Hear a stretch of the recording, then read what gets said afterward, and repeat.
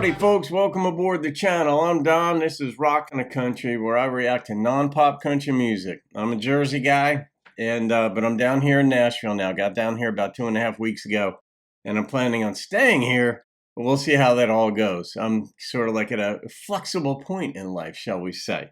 Dwight, Yoakam, and Willie Nelson's If Teardrops Were Diamonds. It's a gift request of fenLori's, and Lorraine said she wasn't sure if I'd done this before, and I did about 1,500 songs ago. So we're going to see how much I remember. I probably do, but sometimes I don't know if I've just heard songs in the car or if I thought of them or if I've actually reacted to them, because I react to a song once and then I'm on to all the other ones. So I just put up a list of the 377 highest rated songs on the channel that I've done in the 9 years I've had the channel. I've done over 6,000 songs, but you could check out that rapid fire list. It's about 19 minutes long. It goes boom, boom, boom, alphabetically by artist. And some of you folks have requested a lot of those songs. So anyway, fenLori, Lorraine, thank you for this. She's in the Fens of East England. So she's in the UK. Here we go. And I know Renee's going to be all over this one.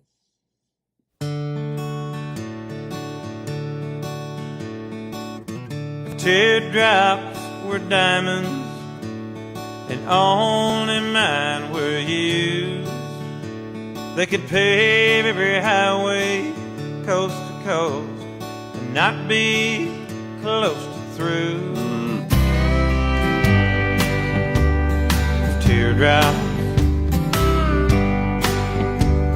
were diamonds, two of the most unique voices. Dwight, Willie.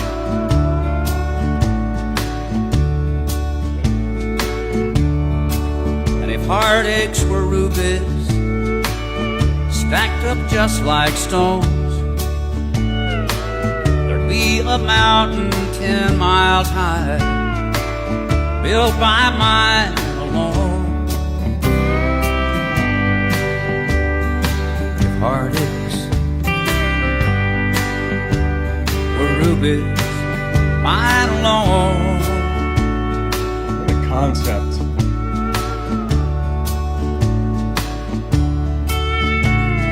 You might begin to understand the price love has to pay for being wrong. Being wrong, yep. I know this feeling. I think we all do at some point.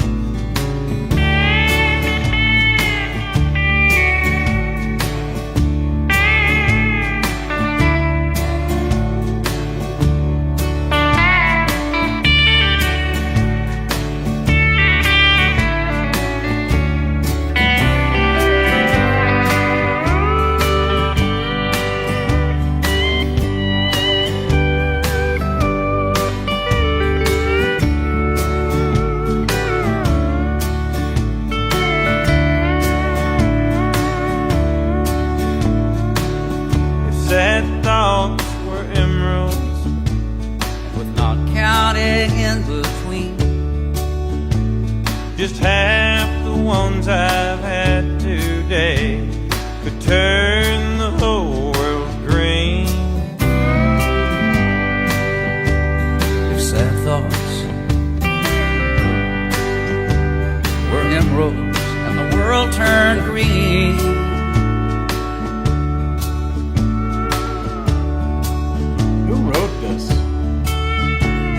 you might just get the message that there's more to loneliness than can be seen. Love the bass.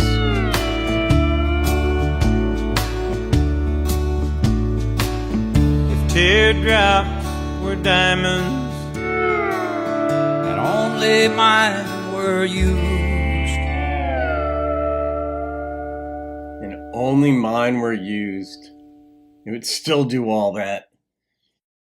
Now, the human brain, the human mind, the creative mind, I mean, philosophers, psychologists have studied it and tried to make sense of it, but it's just an amazing thing that we can take language and do these sorts of things with it, these concepts, and relate to it or understand it. You know, as absurd as it might seem, if you take it literally, like if teardrops were diamonds, it's like, that can't be diamonds. That's ridiculous. But we go with it. The willful suspension of disbelief. As it's why we watch movies and TV shows. Those situations never happen in life. People are never that calm, like in these situations or whatever, and they don't just forgive so easily after a big blow up happens. I mean, but we go along with the storyline to see what's going to happen, and we're doing that here. I love this. I absolutely love the creative brain that comes up with this because you can visualize it. It's like, why is it that when we look up at, we'll see like a cloud going by and we'll be like, well, it looks like a puppy. And it's like, it doesn't look anything like a puppy, really. It's just got like a little parts of it. But we can do these things. We can substitute. And in this song, I mean, the way Dwight sings and the way Willie sings, they're both so unique, so instantly identifiable. Nobody can duplicate the way they sing. I don't think I've ever listened to another artist and said, oh, that sounds like Dwight, or, oh, yeah, that reminds me of Willie. Now, it does happen with other artists, though, with George Jones. And for example, I'll hear an artist, you know, sing like a phrase or a word. I'm like, whoa, that sounded like Johnny Cash or whomever. Never done that with Dwight and never done that with Willie. I just did a reaction to Emily Ann Roberts covering Dolly's song. And she just reminded me in certain places of that song of Dolly. Do I ever cross your mind? And it never happens with Dwight and Willie or Willie. And they're doing this together. So, but the content of the song, of course, like he's just so sad.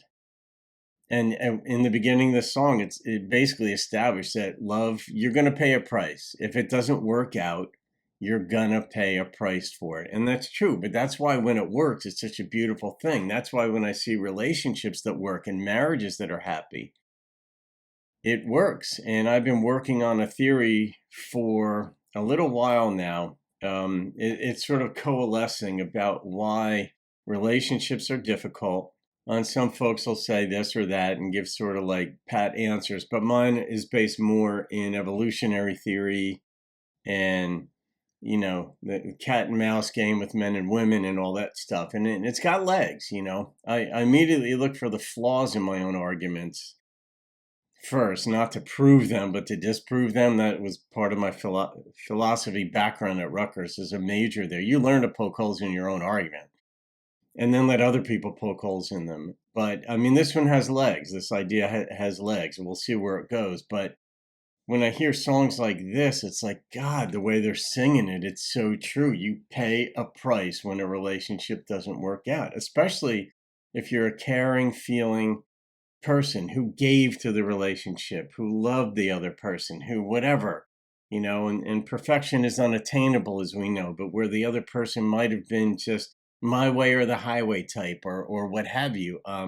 I've been seeing some things in social media recently in different ways of, you know, people will write letters to Dear Abby, you know, my older sister is this way, my way or the highway, and she does this, and she comes in and she bosses everybody and ruins Thanksgiving, whatever. And the my way or the highways are just, they're impossible to deal with because they're willing to sacrifice everything, others' comfort mostly, for their sense of what's right. But if you get in a relationship with somebody at first, it's usually there's honey promised, there's beauty promised. They put on their best foot forward. They feel something for you, and you're like, oh, that feels good. And then they go back to being their normal self once the relationship is taken for granted, and then it's their way or the highway, and there's no room for you. There's no room for you to join together as two. It's just they're there, you're over here, islands in the stream, but not in the Kenny and Dolly way where you sort of come together and they love each other. It's nope, you're apart, drifting through life together, but it's a lonely feeling when you want to connect with the other person, but they're constantly on guard for what and pointing out what's wrong according to their sense of the world and the way things are supposed to be, rather than getting another person's perspective, yours. That's how you grow together in a relationship, is you adopt one another's perspectives, or at least you try to see them and talk respectfully about them.